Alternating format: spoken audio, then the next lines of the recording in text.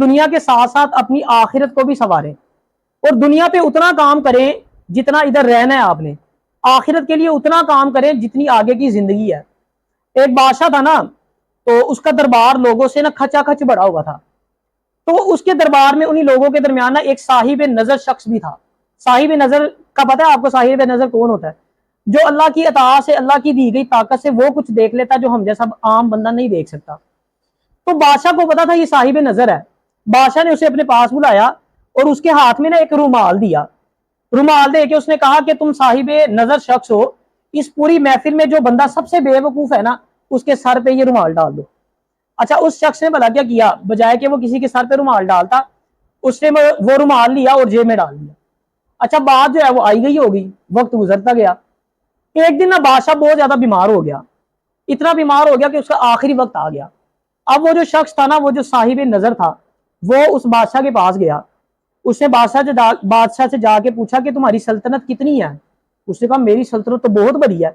اس نے کہا کیا تم اپنی سلطنت میں کبھی دورے پہ گئے ہو؟ اس نے کہا ہاں میں دورے پہ جاتا رہتا ہوں۔ اس نے کہا اچھا یہ بتاؤ کہ اگر تم ایک دن کے دورے پہ جاتے تھے تو کتنا سامان لے کے جاتے تھے؟ اس نے کہا اگر میں ایک دن کے دورے پہ جاتا تھا تو 2 دن کا سامان لے کے جاتا تھا، اگر ایک ہفتے کے لیے جاتا تھا تو 2 ہفتوں کا لے کے جاتا تھا، ایک مہینے کے لیے جاتا تھا تو 2 مہینوں کا سامان لے کے جاتا تھا۔ اس صاحب نظر نے کہا یہ تو بڑی اچھی بات ہے۔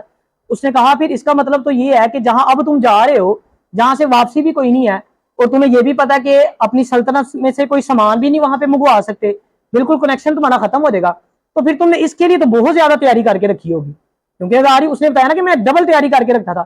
اس نے کہا تم نے تو اس کی بھی ڈبل تیاری کی ہوگی۔ بادشاہ نے سر پکڑ لیا، اس نے کہا ہائے میری بربادی۔ اس نے کہا میں نے تو آخرت کے لیے تیاری کی نہیں، میں نے تو آگے کچھ بھیجا ہی نہیں۔ تو اس صاحب نظر شخص نے نا وہ رومال نکالا اور بادشاہ کے سر پہ ڈال دیا۔ اس نے کہا میری نظر میں سب سے بے وقوف تم ہو، جب تمہیں پتا تھا کہ میں نے یہاں پہ کم وقت رہنا ہے، آگے کی زندگی زیادہ ہے، آگے تو ہمیشگی ہے نا، آگے تو آپ نے اس کے بعد تو موت نہیں ہوگی، ختم ہو جائے گا سارا کچھ، ہمیشہ کے لیے جو جنت میں گیا ہمیشہ جنت میں رہے گا، اور جو جہنم میں گیا وہ ہمیشہ جہنم میں رہے گا۔ انہوں نے کہا سب سے زیادہ بے وقوف تم ہو، تمہیں پتا ہونے کے باوجود تم نے اس کی تیاری نہیں کی۔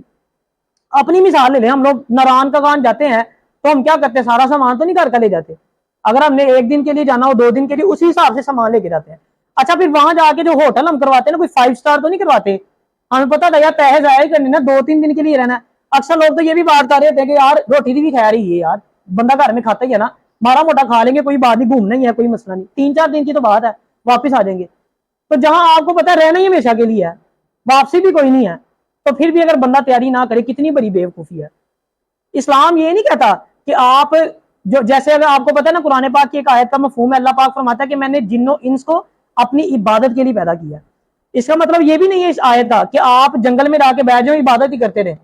اس کا مطلب یہ ہے کہ آپ اللہ پاک کی دی ہوئی ساری نعمتوں کا استعمال کریں، اس سے لطف اندوز ہوں، اس کے ساتھ ساتھ اپنی آخرت کی تیاری بھی کریں۔ ہمارا مذہب، ہمارا دین اسلام، ہمارا مذہب ہمیں کبھی بھی دنیا سے منع نہیں کرتا، روکتا نہیں ہے۔ ہمارا اسلام یہ نہیں کہتا تم پیسے نہ کماؤ، تم امین نہ ہو، سب کچھ کرو آپ، لیکن محبت نہیں ہونی چاہیے۔ اگر اللہ نے آپ کو زیادہ دیا تو ٹھیک ہے، جتنا آپ کو چاہیے باقی تقسیم کرو اللہ کی راہ میں، آپ کماؤ سب کچھ کرو، لیکن آخرت کی فکر ساتھ ساتھ کرو۔ آپ اس دنیا میں رہتے ہوئے ساتھ ساتھ آپ نے اس کو بھی چلانا ہے، لیکن مائنڈ میں یہ بات ضرور رکھنی ہے کہ جتنے دن یہاں رہنا اتنا سامان یہاں کا، آگے کی جتنی دنیا ہے، جتنی آگے آپ نے رہنا اس کی تیاری اس حساب سے ہونی چاہیے۔